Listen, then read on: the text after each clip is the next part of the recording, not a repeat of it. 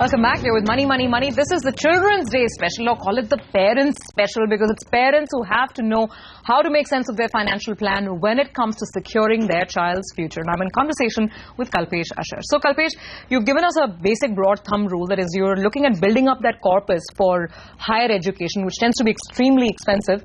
You're looking at approximately 20% of your investable sum needs to go towards that goal. So, I mean, how does one go about now building this up?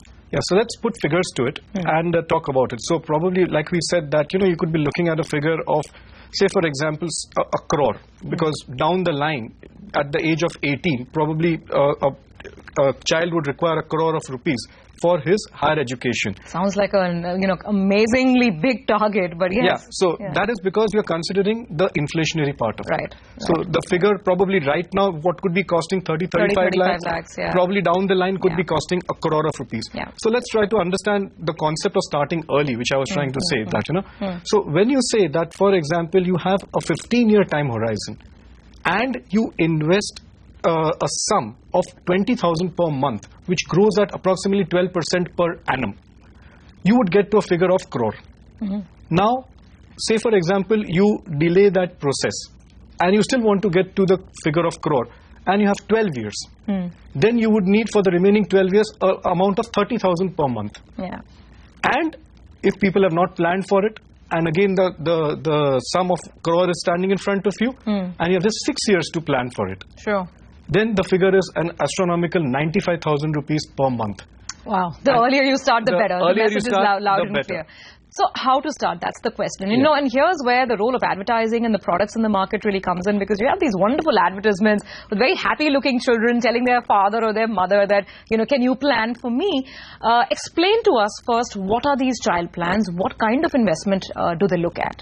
Okay, so when you use the word child in an investment product, it's just a point of focus.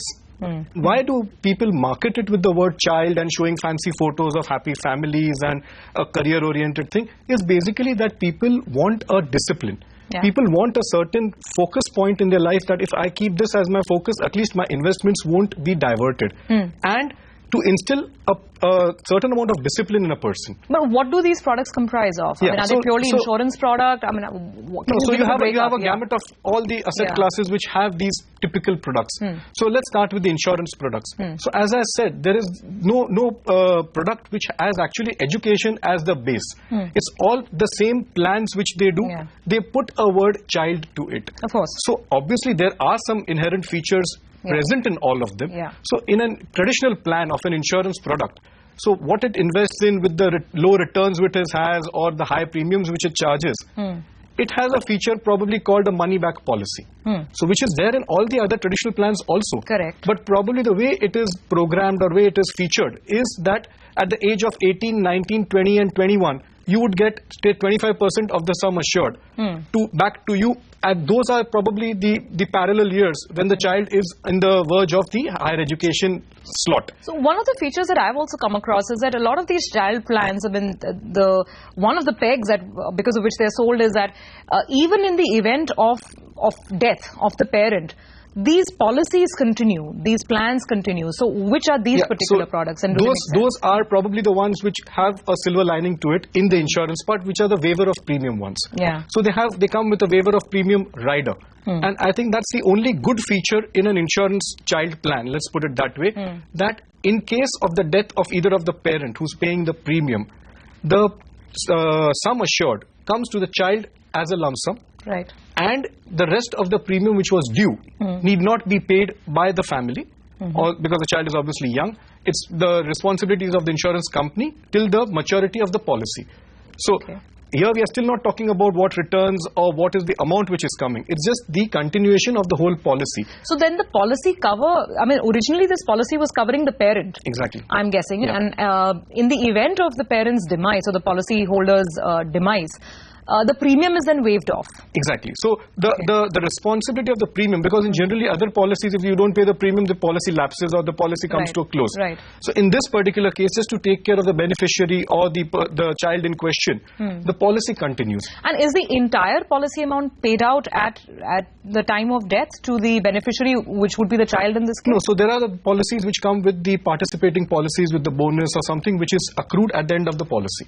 Okay. So those policies, they continue till the end of the policy, so that bonus or whatever the benefits are promised come at the maturity. But the sum assured also is given to the person in the event of a death. So all these policies come with small clauses and something differing from policy to policy. Okay. In this case, probably the best part to do is, what we always advocate is, that the parent himself covers himself extensively through a pure term plan.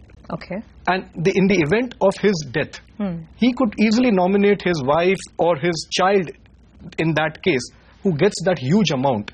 Okay. So when his calculation for a term plan is done, probably his goals of higher education are taken into consideration.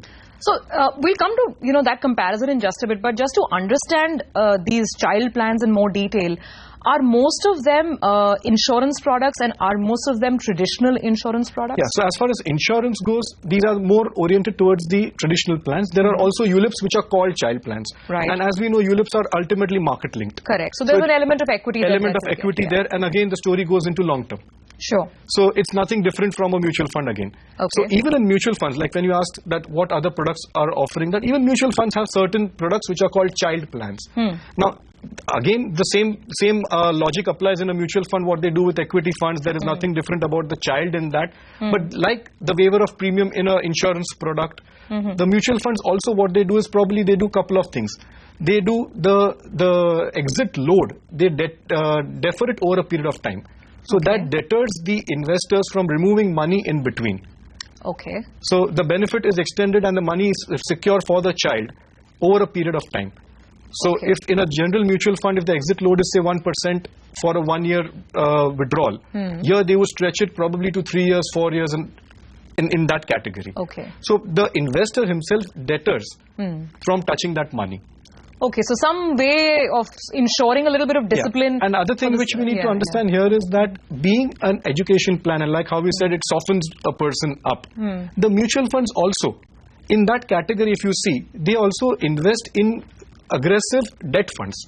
Okay. So which probably are available like a monthly income plan or on those categories. So they have an element of 75% debt in them and a 25% element of equity. So mutual funds which offer these child plans, you're saying, are primarily or maybe largely invested in debt rather than being very aggressive in equity. Okay, fair enough. So we need to take a break on that note. The next question, logical question, is that we've now understood some of these products in the market. Do they make sense for you? Should you be investing in child plans? Yes, no, maybe? We'll talk about that after the break.